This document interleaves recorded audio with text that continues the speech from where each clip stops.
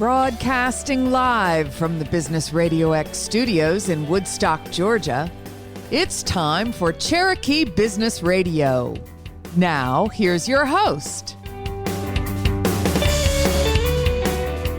Welcome to another exciting and informative edition of Cherokee Business Radio. Stone Payton here with you this morning, and today's episode is brought to you in part by Alma Coffee, sustainably grown, veteran-owned, and direct trade, which of course means from seed to cup, there are no middlemen. Please go check them out at myalmacoffee.com and go visit their Roastery Cafe at 3448 Holly Springs Parkway in Canton. Ask for Harry or the brains of the outfit, Letitia, and please tell them that Stone sent you. You guys are in for a real treat this morning. First up on Cherokee Business Radio, please join me in welcoming to the broadcast with Lake City Branding, Mr. Brian Pruett. Good morning, sir. Good morning, sir. Thank you for your invite to be a part of this. Well, I am delighted to have you. Of course, I have a real affinity for anything sales, marketing, promotion, anything that's going to help the business person, and particularly the small business person, get the word out about what they're doing, get some visibility out there. So I really appreciate what you do. Can't pretend to understand how to do it, but I don't have to. I can call you, right? That's right. So do tell us a little bit about mission, purpose, what you envision yourself out there trying to do for folks. So I'd like to be that person that's helping that small business get their word out and getting them to draw their customers to them. I've worked for several different folks around the metro Atlanta area in different capacities, mostly in the sales and marketing aspect of it. And they just, I'll be honest, they were crooks. They said things that they didn't mean, and they didn't do the job they said they did. And I don't want to be that person. I've seen what not to do. Well, I'll just give you a quick example, if I can, of yes, one. Please. We had a sales slick. I became this company's, I won't mention any names, but I became this this company's sales marketing sales director, and ran a contest for some of our clients. And during the holidays, part of the numbers were cut in half for this particular product. And I didn't know that until I talked to the circulation manager. It's just a little hint. It was a newspaper. But come to find out, when our sales slicks told everybody that we did 120,000 circulation, and I find out at the most it was 12,000 circulation, that's a big hit. I didn't know. So I walked in the next day after finding that out and handed my resignation. And when I was asked what I was doing, I told him I wasn't going to lie to customers anymore. So, and unfortunately, I had a little streak there for a while, who worked for a lot of business owners who just didn't do what they told the customers they were going to do. Yeah. So I want to be the person who is honest, reliable, and getting the word out for that small business to help grow their business. So I got to tell you, and I'm sure this is no surprise to you, as a small business person myself, I run this little studio here in Woodstock, and I also work for the network trying to help grow our presence across the country. This whole idea of advertising and marketing, it's an elusive creature. It's a little bit intimidating. We so often find ourselves at the mercy of someone who purports to know how to do everything from social media to direct advertising and all that. What do you do? What can you do to set a person's mind at ease and get them in a space where they can collaborate with you to create a productive campaign? So I love to sit down with the owner and hear about their story and what they're trying to do and what their business is. Mm-hmm. And then from that, I'd like to find out what they've done in the past, what seems to work, what doesn't work, and then put together a plan for them. I've done everything from selling for advertising to newspapers to magazines. We're doing direct mail to events, that kind of stuff. And there is a little bit of good in every single one of those. I think a lot of people don't understand the difference between marketing, advertising, and branding. It all kind of comes under one umbrella, but there is a difference. Marketing refers to any activities undertaken by a company to promote and buying or selling of a service. And you've got the 4 P's of marketing, which is, the product, price, place, and promotion. That's the one thing I got a marketing degree, and that's why I'm pretty good at table tennis and pool, because I didn't pay as much attention as I should. That's the one thing I remember is the 4 Ps. Yes. Is that still valid? Does that still have a place in our framing? It does. And then if you go in to look at the advertising aspect of it, that is the active practice of calling public attention to one's product, service, need, and especially by paid announcements in newspapers, magazines, radio, television, billboards, etc. I could go on and on. Yeah. Branding falls under that, and that's when you put your logo on shirts, hats, pins, different things to give away. And I also believe that nowadays print has gotten to the point where it's not just advertising, you're still branding yourself, because a lot of people don't, unless it's a local magazine, local newspaper, people that keep they say print is dead. It's not totally true, but you're branding yourself. People see that logo in a magazine and newspaper, and they remember that after reading it all over. When you hand a business card to somebody, you're branding yourself. Right. And I think I heard someone say not too long ago, right in the studio, that you're branding whether you want to or not. Right. Right? Like 24/7. If you go to any networking event, you're branding yourself. Right. Right. Your sales, because you're selling yourself. And I think that's what's important to understand is that if you're working for somebody and trying to do sales, or if you own your business and doing sales, you're selling yourself. Yeah. You've got to establish relationships. Relationships is huge in this industry and sales of any kind. Yeah. And, if you don't establish that relationship, again, that trustness, trusting somebody to do what they say and then not doing it, your relationship's dead. Well, we were talking about this before we went on air. You and I are both part of the Woodstock Business Club.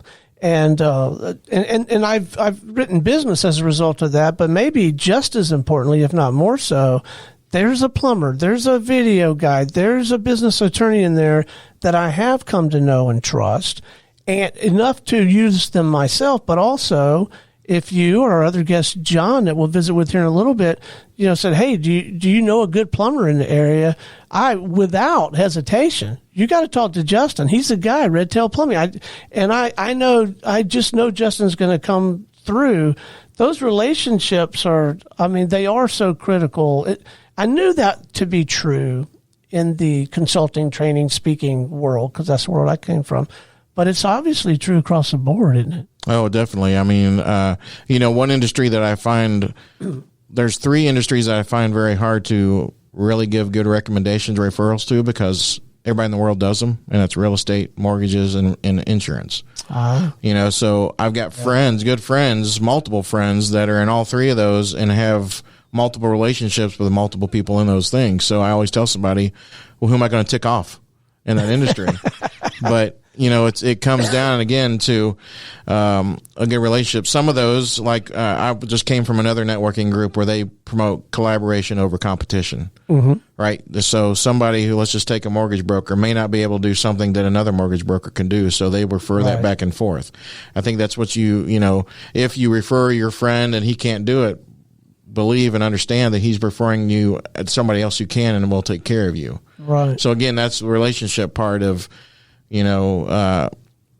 understanding that you're not going to refer somebody who's just going to come in and not take care of you, rip you off, do anything that's going to hurt you. So over the years of doing this, I got to believe that you've seen people make some of the same mistakes. Like you've seen some patterns. Is that accurate? And if so, can you share some of those patterns or some of those do's and don'ts when we're thinking about using services like yours? I think probably the biggest mistake, and it comes down to even part of the printing aspect, because we do commercial printing as well. Mm-hmm. And it comes to the fact where they make the mistake of going to somewhere who's not local, meaning like Vistaprint, going online and buying their stuff. There goes my Vistaprint sponsorship, John. No, I'm kidding. And because they think they're less expensive, that's not always the case why you should do business with that person or that company. Right. If there's a mistake to be made, keep that on Vistaprint. If there's a mistake to be made and you call them, you're not going to be able to talk to anybody. Right. When you got somebody local, you can talk to somebody, figure it out, get the issues fixed, whatever the case is.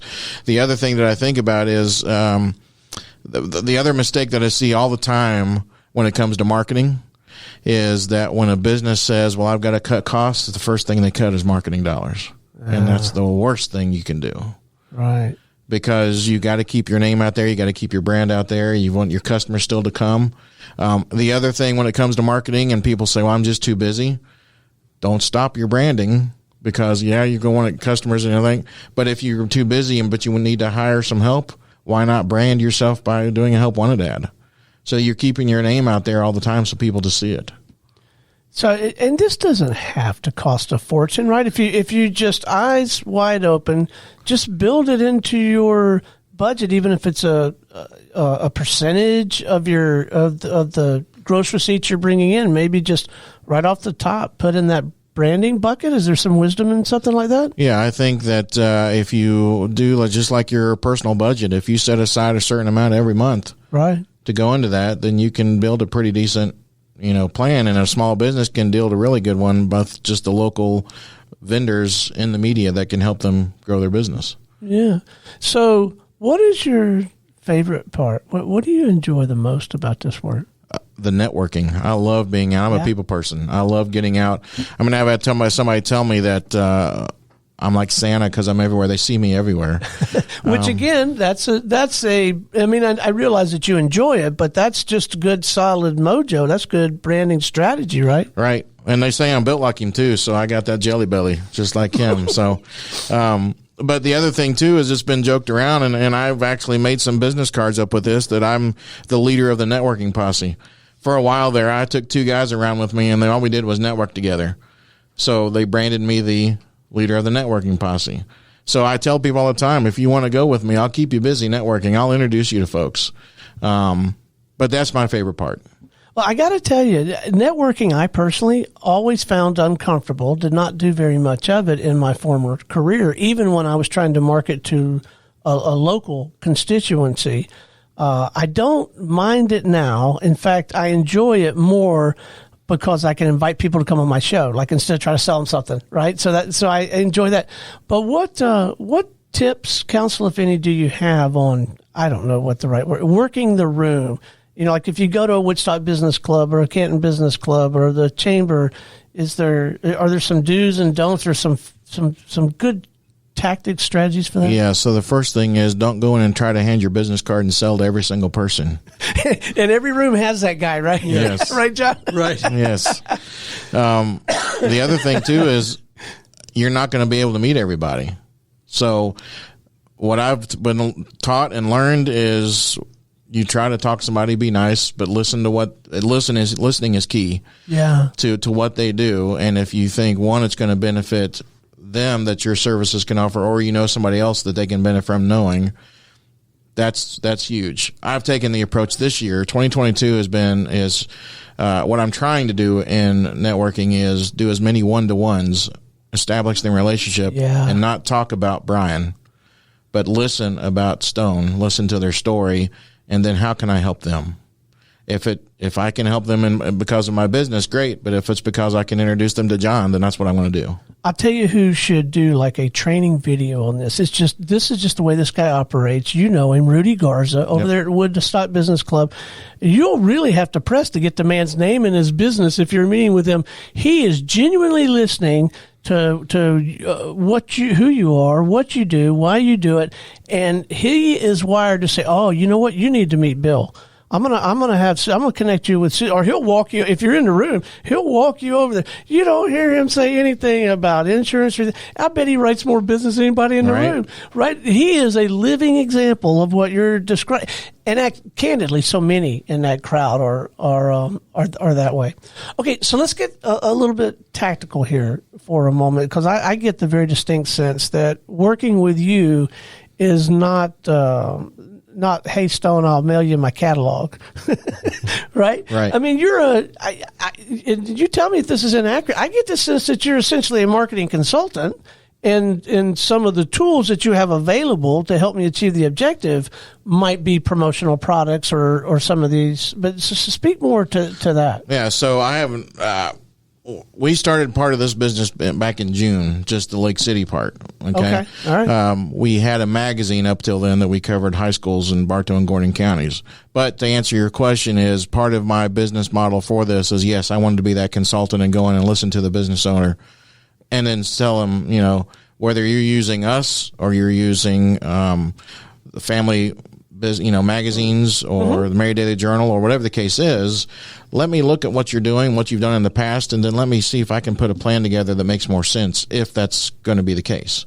Because again, I've done sales for different print media, done, some things in the sports world and realized that, hey, that you might want to sponsor this team because that's going to be big for you and your business, that type of stuff. So to answer your question, that is correct. I also have worked for a media buying agency, and most people don't understand what that is. I want to go in, listen to them, and instead of, maybe on top of putting the plan together, let me be the person that's going to all these different media vendors and work on a plan with them. So you're not having to directly deal with them. Let me do that and might be able to even negotiate a better price. Yeah, I wouldn't have the first clue about how to buy media. And we don't sell ads in our particular business model. But, yeah, if I were to buy, I would screw that up 9 ways to Sunday. Yeah, I mean, and you have to be able to understand and know different aspects and different vendors, from billboards to radio to cable TV to all the different stuff. So there's a lot to go into it. And most business owners, you asked about mistakes earlier, most businesses, the other mistake they do is try to do it all themselves. let somebody come in and spend the money. Brian, has COVID affected your business or other businesses in the last year? Yeah, well, that's why we had to shut our magazine down, because we couldn't get the advertising. So we had to rebrand ourselves. I see. Well, it's impacted us some too. In some ways, it actually helped us. We started doing more virtual interviews because people didn't want to come in the studio. It's not the same thing by any stretch. It's not anywhere near what we're doing right here, but it still gave us a way to serve, and it did expand one segment of our market. But yeah, it's impacting everyone, I think. One thing that I have learned from this business, we were briefly talking and joking before about direct mail. I was one of those guys who thought direct mail was junk until I got into the business and found out how it can be definitely effective, and only because we've come up with, I guess you could say it's our baby, but it's called a billboard postcard that we mail to 5,000 homes every 6 weeks and rotate the areas. And there's 25 businesses on there. Right. And when it's really cool to know when your product works, because you have a client call you back and say, when's your next mailer? Because I just got 4 clients off this thing. Oh, sweet. So if it's done right, if it's got somebody who can do it, my business partner's been doing it for a while, so he knows, does all the paperwork, and we take it to the post office for you and all that. It can be very effective. But the key to that is, too, having a very good call to action. Why should that customer call you? Right. Now, granted, with ours, it's a little kind of being innovative because the ads are basically a business card size, or 2 if they do double spots. So we put a QR code on top of the on the front of the card. So when a person gets it and they scan it, everybody who's on that card has some kind of offer. Mention this ad, get 10% off, or whatever the case may be. So you have to be creative too. But I was just thinking, about people who talk about direct mail and it doesn't work, and it may be because you're not hitting the right customers. It may be because the right person's not doing it, or the message isn't right. So, but yeah, so I enjoy being able to be creative and helping others. I can tell. I know it comes through in your voice. I can see it in your eyes here in the studio. So, do you find that there is a distinction in many cases in what's going to be an effective strategy for business to consumer type businesses or retail versus B2B, business to business? Yeah, I mean, a lot of folks that we've talked to, we are now getting ready to actually kick off one of those billboard postcards to 5,000 business for business to business customers. Oh, really? Okay. Because the message is different. Obviously, if you are let's just take an HVAC customer who wants to hit your residential, right? An HVAC for a commercial is going to be, you got a bigger building, you've got different aspects, so your message is going to be a little different. IT companies, they're not going to promote residential because I mean, yeah, they could work on computers, but that's not what they're there for. Right. So they're going to go out and they're going to try to do some kind of add to the business owner of why letting me take care of your IT is important, and stuff like that. So you got to be creative on that. But yes, there are different ways to work with those and get the message out there to different customers. I believe that answered your question. Well, yeah. Well, but what I think I hear you saying is so many of these tools and resources can be utilized effectively in both of those arenas, but it circles back to working with someone that has the experience, has some real knowledge and expertise in the arena, can make the distinction and make the provide the counsel. What I will say too, going back to the direct mail piece part is, when you talk to somebody about doing social media and digital marketing, they can talk about how they can target, right? Your IP address, your income. I don't know that most people know that you can actually do that with direct mail. I had somebody who No, I can't. Yeah, right. It sounds like you can. We can help you with that. Right. I had somebody approach me and ask me, they were doing the Alzheimer's walk for the Rome area back in the summer. And they asked if there was a way for us to target people who've donated to Alzheimer's in the past. We actually found that. Oh, wow. We wound up not doing the mail piece because it was a little out of their budget, but the point is we can find anything too and do a direct mail piece for that, just like you can on digital. Now, do you guys work with promotional products like the hats and the pins and and that kind of stuff, or like this little messenger bag I have here in the studio? Yes, we can. You have someone that you bring in for something like that, or we can get it done for you, whether we have to outsource it or whatever the case is. We can get it done. Funny story: when we started doing this back in June, and we met with one of the vendors we were going to work with. We learned real quickly what the hot seller was back in the summer, and I won't go because I know this we're on air, but condoms was the big seller back in the summer for hotels. All the hotels were buying it up, putting their logos on them, and keeping them in their rooms. So we can literally put your logo on anything. But again, it sounds like it's not, hey, let's go to Brian and order some more books or hats or T-shirts or whatever. Yeah, make that call, but you're more the quarterback and strategist, and if that fits into the strategy, great. If not, and let's make sure that we take into account the budget and plan accordingly. I see you as much more of a strategic resource than a promotional vendor. Is that accurate? The other thing too is, one of my jobs that I was able to have was I was blessed to be able to have. I'm a big sports person. Okay, but this particular job that I had allowed me to have and get introductions and maintain relationships with a lot of retired sports athletes who live around the areas. Yeah. And what I'd like to do, which I've not been able to do yet, and I've talked to some of these guys that they would be willing to do it, is, again, along with the budget of a small business owner, but let's do a smaller scale of a Tiger Woods and Nike. Let some of these athletes who live in the area, whether retired, or whatever, let them promote that small business and see where it goes. Fun.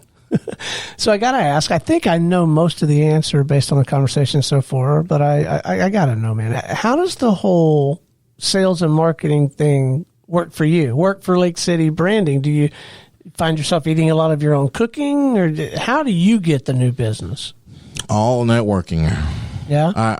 I was just talking with somebody last night and talking with my mom and my wife as well, that I've been blessed enough to all of the business that Lake City has gotten. I have not had to do one cold call. Wow. I've done some cold call emails here and there, but the 95% of the business has come from networking. Yeah.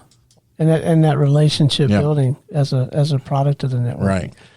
So you have so much energy and your enthusiasm is contagious. So I suspect this doesn't happen very often, but I've been around people my whole life, so I know sometimes you must run out of gas and you got to recharge. Where do you go for, and I don't necessarily mean a physical location. It might be, a book or whatever, but where do you go for inspiration and to kind of get recharged and ready to suit up and show up again? So I spend a lot of time with my family in the evenings, and then also hang out with friends.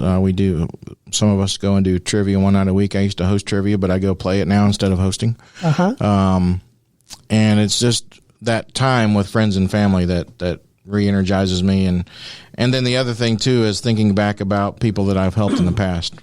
That's got to feel good, right? Yeah. Yeah. So what's next, man? Where are you going to be putting your energy in the next several months? Are you looking to grow the business, to scale it, to replicate you, or are you just going to hunker down, or what are you going to do? If I could clone myself, that would be great, but scary at the same time. But yes, I want to grow this business. I need some sales help right now. The other thing that I want to do is I want to actually get back into some charity event planning.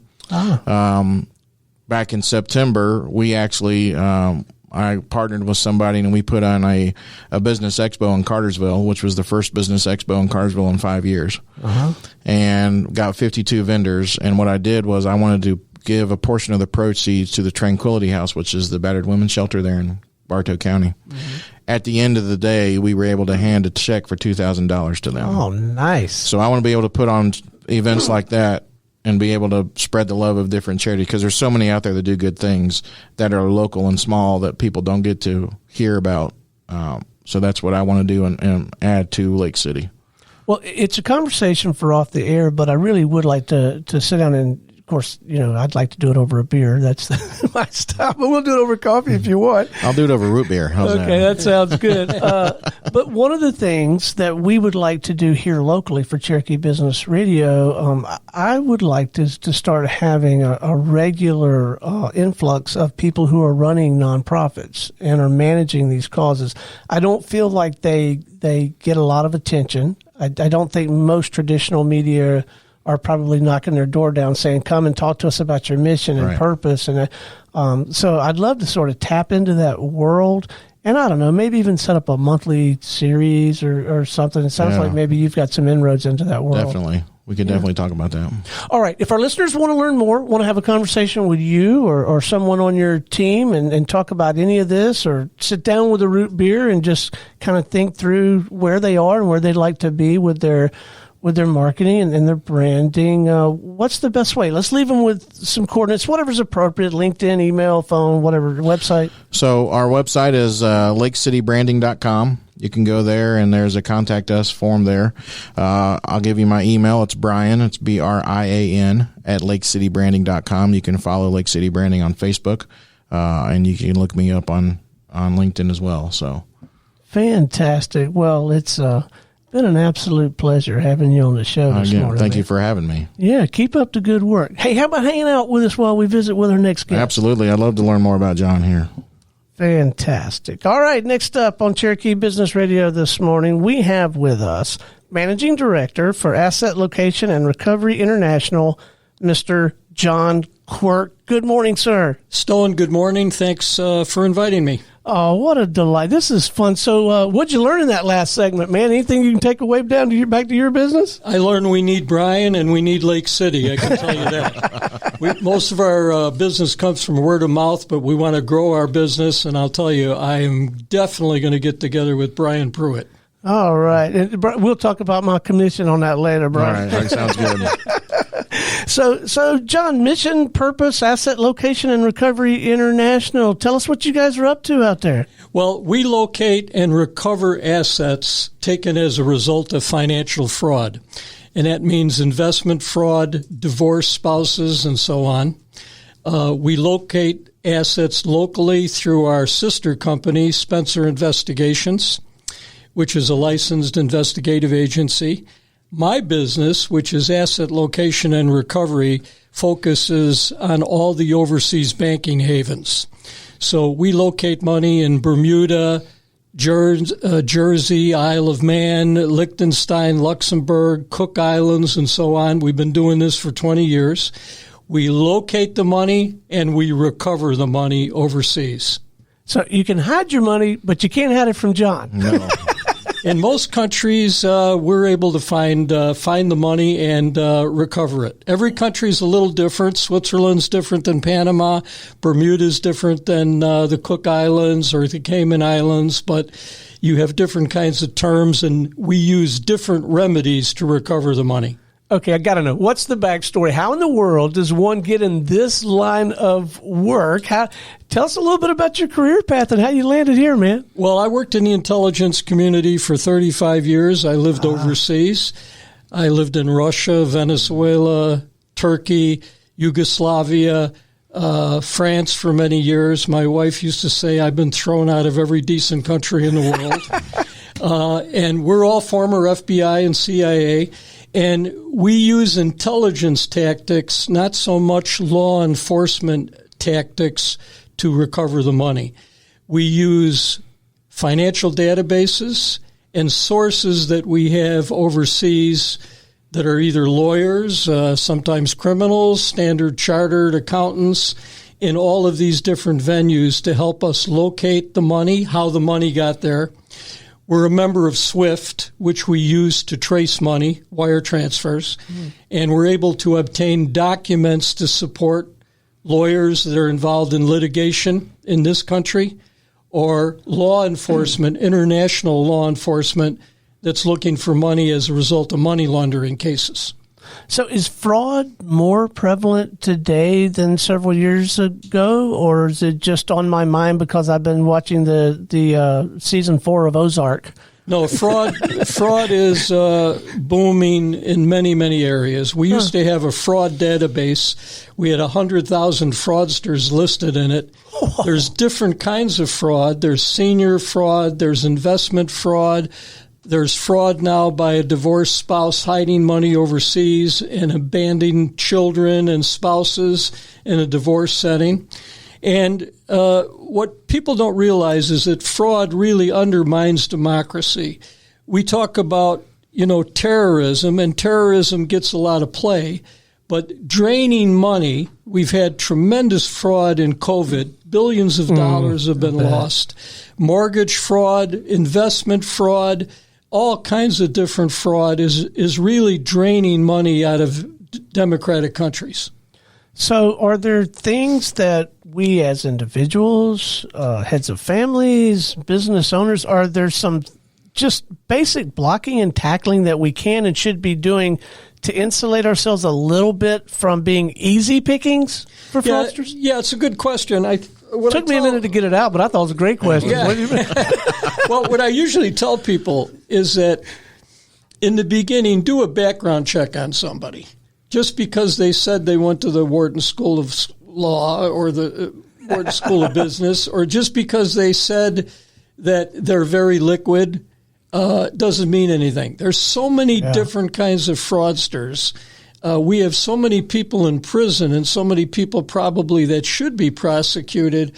And there are so many different kinds of frauds, small frauds, large frauds. We do mainly large investment frauds where people have invested money in Ponzi schemes or pyramids. And because there's more of an educated information base on how to hide money, more people are putting money in Switzerland, Bermuda, Panama, the Caymans, and so on. And those are the banking havens we target.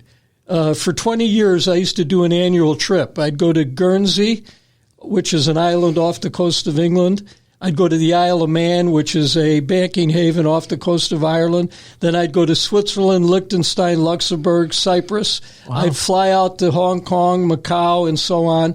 And there's some of these countries that no longer are really banking havens. People no longer put money in the Bahamas. They no longer put money in Hong Kong because of the situation. Panama is not a good place to put money. Caymans is a very, very top place to put money.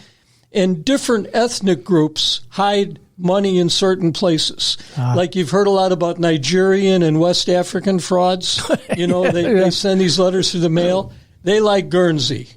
Canadian fraudsters like Bermuda. Okay? Americans usually go to Switzerland or Liechtenstein if they have a lot of money. So we find money, whether it's in a trust, stock account, bank account, or intermingled Swiss technical fund, a Swiss management portfolio account it's called. So those are all of our targets, basically. So what makes these places havens? Is there a degree of privacy that you're afforded there that you're not afforded like in a typical American bank, or what? Yes, they call it banking secrecy, but in Switzerland, there really is no more banking secrecy. There's only a couple places really that are super secret that are even difficult for us to find money. Well, let's don't tell them about those. Okay. Unless you want to. Well, it's not a big secret. Liechtenstein is very difficult. Luxembourg is difficult because they haven't signed the international money laundering laws. And you see, when you get into these type of things, you have a coterie of specific criminal violations. We prefer criminal recoveries. So if somebody's been involved in conspiracy, fraud, wire fraud, and usually money laundering always comes at the end. People think, oh, it's a money laundering case. You can't have money laundering if you don't have wire fraud. You can't have money laundering if you don't have conspiracy to defraud or bank fraud or embezzlement.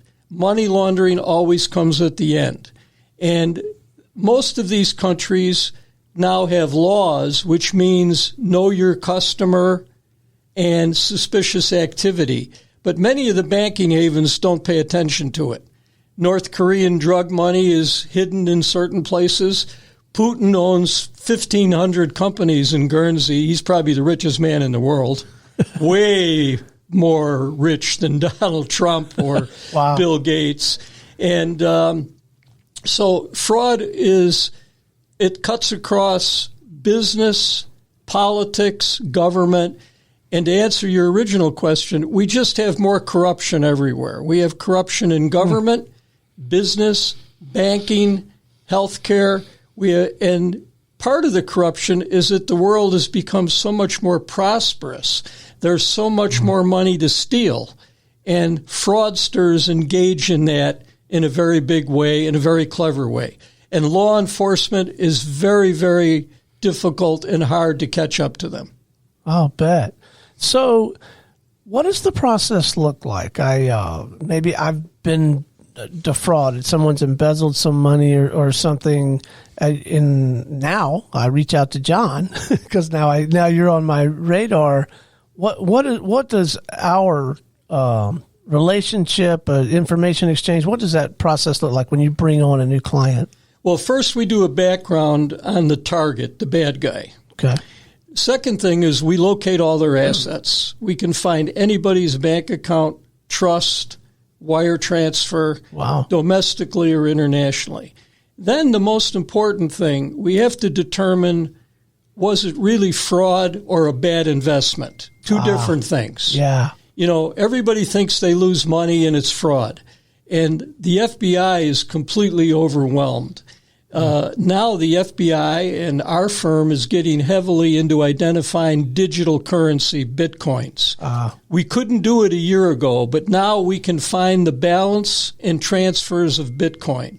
So there's always new types of frauds, but you have to be sure that it's not just an investment that's gone bad. Yeah. Then you have to, after you locate the money, we have to develop a remedy to recover the money. And there's only a few remedies. And when I say only a few remedies, it's very difficult to get your money back when somebody's taken it. The first thing we do is when we find out something, hey, did the person that took your money, did he go out and buy a Range Rover, a boat, a car, spend a lot of money on his girlfriend's jewelry? Does he have any money left? Because it may not be worth going after him, because law enforcement, mainly the FBI or the IRS criminal division, they're only interested in the prosecution. They're not interested in getting money back. They're not a collection agency. So what we do is there's only three ways really to get your money back, unless you use some mafia thug to visit the guy. We don't do that. So there's a civil way. That's civil litigation. You hire a lawyer to sue the person. There's criminal, which we prefer. I'll explain that in a minute. And there's a hybrid, civil and criminal, to get your money back.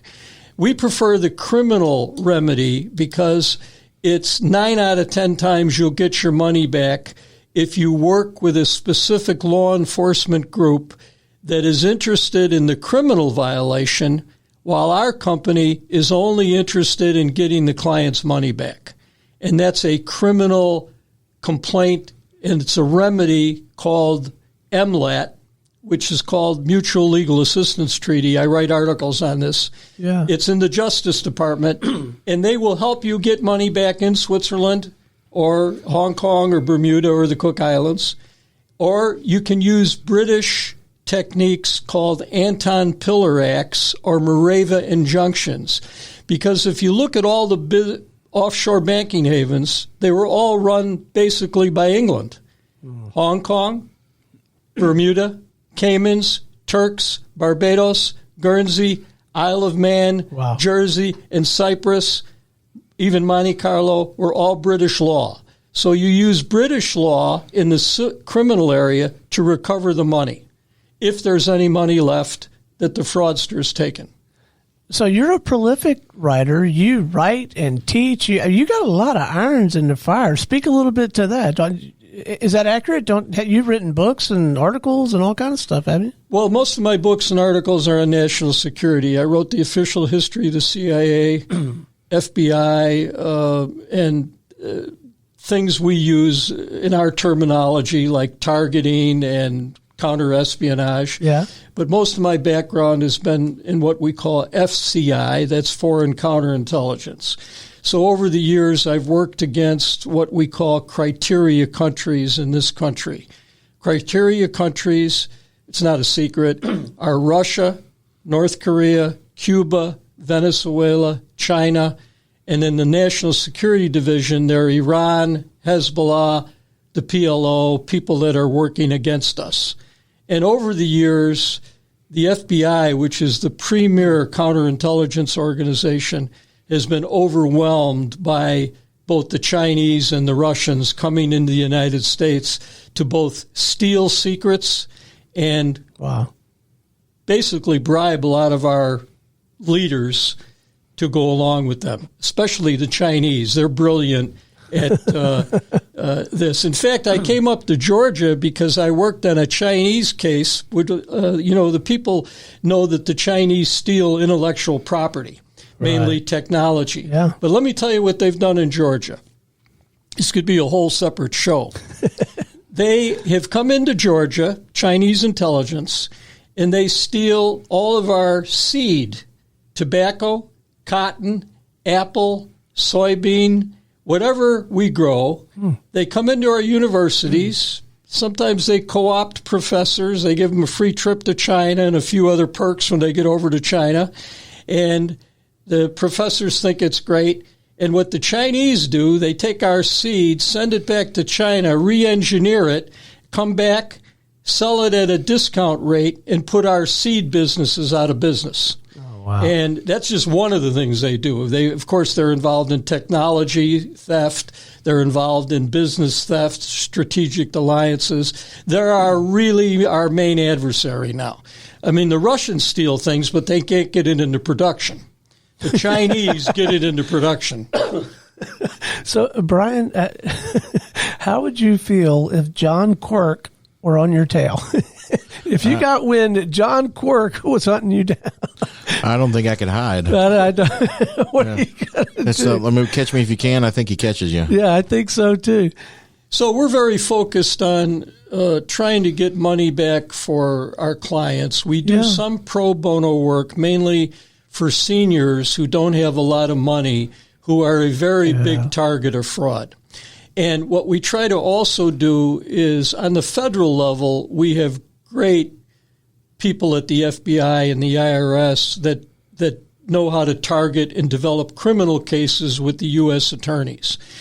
On the local level, the economic crime units at the local police and the state police need better education and need better money because there's so much fraud. When somebody comes to them, they usually don't take the case. They just don't have the resources to trace money to Switzerland, or they don't have the resources to build a case against them. And this is a very, very big problem. You know, with all the problems in the United States that we have, crime and fraud is increasing dramatically. Oh. So does the layperson who does not know about you guys.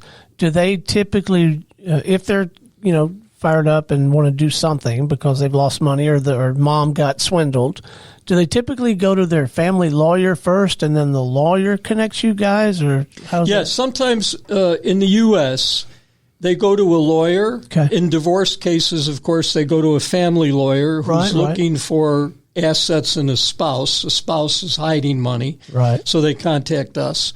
And then also word of mouth. Right. Internationally, it's a little different. We're very well known internationally. I spend part of the year in France. I lived in France 20 years. And I've lived in Turkey and a number of other countries. So we know most of the people in the banking havens, whether they're international lawyers or we do a lot of anti-counterfeiting work for companies like Gucci, Ferragamo, Polo, Louis Vuitton, Hermes. And now we used to do what's called buy bust. We'd do a buy of counterfeit goods, counterfeit pharmaceuticals, counterfeit AZT, whatever. And now we just look for assets of the counterfeiters. So if you find the assets of the counterfeiters, you can put them out of business. So in that regard, most of our business in asset location, 90% of our business is international. So we're always overseas looking for money or developing courses. And in most foreign countries, they don't have a very good system. In our country, we have the Justice Department with the U.S. Attorney on the federal level. And there's an old saying, a U.S. Attorney can indict a ham sandwich. And our laws here are very draconian. If you want to conduct fraud, go to Canada. You have penny stock fraud in Vancouver, investment fraud in Toronto, the mafia in Montreal, and their system for prosecution is very, very weak.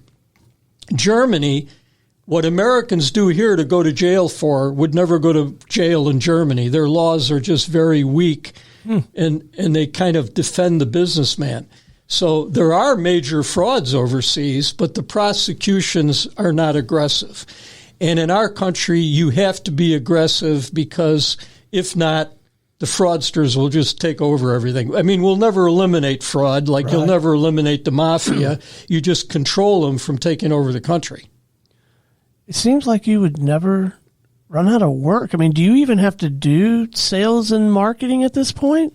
We wanted to grow our company, and the type of outline that Brian Pruett did at Lake City is exactly what we need, because the reason we want to grow our company is we want to get into different areas and we want more revenue. Right. Our bigger cases take a longer time to do. We might have to work on a case for 2 to 3 months, locating the money, writing the filing, meeting people. Sometimes, in many cases, we work undercover against the people. We get into their organization. Wow. We become partners with the crook. We work with them. Jeez. We find out who the accountant is, who the bookkeeper is, who's doing the wire transfers. And we use some very large sources that aren't secrets overseas, like SWIFT. When we do a background, we usually get the person's phone calls. So if if Stone Payton's got 20 phone calls into the Cayman Islands to Barclays Bank, that's a pretty good idea where Stone's hiding his money. Wow. So, I mean, I can tell you enjoy the work. Is there anything in particular, like when you get a certain type of case, you're like, oh boy, another one of those? Or do you just find joy and satisfaction in a lot of different? Yeah, I think it's the curiosity of how intelligent the bad guys are and how sophisticated they are. In America, most people go to a lawyer to set up an overseas bank account. Okay. And maybe they pay $5,000 to set it up in Guernsey or Switzerland. But it's not really secret from us. Right. The people like the drug cartels, the Russian mafia, they spend hundreds of thousands of dollars to hide money. So they go into Ireland, they set up a company like the Scorpion Trust. They open up an Irish bank account. They take that documentation. They go to Guernsey. Then they go to Guernsey, they go back to Gibraltar, they go to Switzerland, and then the money will rest in Espiritu Santo in the Cook Islands. Most American businessmen or spouses cheating on their spouse don't want to do that. They're too puritanical, too practical, and we Americans are too practical. So they don't want to spend more than $5,000 or $10,000 hiding a bank account. Right. It's not secret from us. If we're going after people in the drug business, which we don't do, we know that we're going to be defeated early on because it costs thousands and thousands of dollars to locate where the money rests. I'm such a boring person. My family has a couple of accounts over at Wells Fargo. And here, for this studio, I got a little business account over here at Bank OZK down at the corner. Wow. Well, it's getting more expensive to set up a bank account overseas. You need at least $1.5 million to open a bank account in Switzerland now. You need $3 million in Liechtenstein. Gibraltar, you can open up for a couple thousand, but it's not really secret if somebody's looking for it. Guernsey's very secret. Bermuda's secret. The Caymans is super secret. Panama is not secret anymore. The Bahamas is not secret, as I mentioned. Hong Kong doesn't really have banking secrets anymore. So Americans prefer Europe. They get a trip to Europe. They can visit Luxembourg. They can go to Switzerland, and they open up their bank account there. So the gap, if there is one, and I'm not convinced that there is much of one, but the gap or a place to maybe pull the lever and continue to grow and scale this thing, it occurs to me it's education. It's the layperson like me, just the average person, knowing that there's a resource available to us, like you, to help us solve these problems if mom does get swindled, or if we do have some sort of fraud or suspected fraud in our lives. Yeah, I write articles for Family Lawyer and Divorce Magazine, and one of the frustrating things that happens in divorce is that it's very difficult to get documents out of the spouse, whether it's a P&L or IRS statements. You're talking about education. Lawyers need to be educated, but even judges need to be educated. Because judges, if you go in with a report and say, look at it, we found all the money in Switzerland, the judge often doesn't know how to enforce it. Okay. And what's happened in the divorce area, which was civil, you go to a lawyer to get divorced. Right. It's now going into the criminal area, and that's good for us because we do criminal seizures in divorce cases. And what happens is the spouse lies where he's put money. You can't really get him on what's called fraudulent transfer or contempt. Those are very weak civil things. And lawyers often have to keep the case going, and it never ends almost, where when the spouse lies in court and he hides money overseas and you get into money laundering, that's a criminal violation in the divorce setting. That's happening more and more. All right. So if our listeners want to learn more and get more educated, there are some resources they can go and read about it, but they also might want to have a conversation with you or someone on your team. What's the best way for them to do that? Yeah, I can send them articles I've written on how to locate assets overseas. We've done a number of podcasts. They can contact us at our website, which is www.assetlocationrecovery.com or IRGGLOBAL@AOL.com, or our phone number 954-744-6085. We're a family business. My son is a cyber investigator. He has advanced degrees in hacking and cyber investigation. And my wife is a former intelligence officer from Venezuela. She runs our domestic company. My older son was a U.S. attorney. He was a prosecutor. So we have a few other spiny creatures around in the company with different kinds of backgrounds. We have a former KGB guy that's very good when it comes to things in Russia and so on. So we have that expertise and we would be able to tell you early on before you spend any money whether the case is worth doing or not. It sounds like you've got most, if not all, the bases covered on these topics. Almost.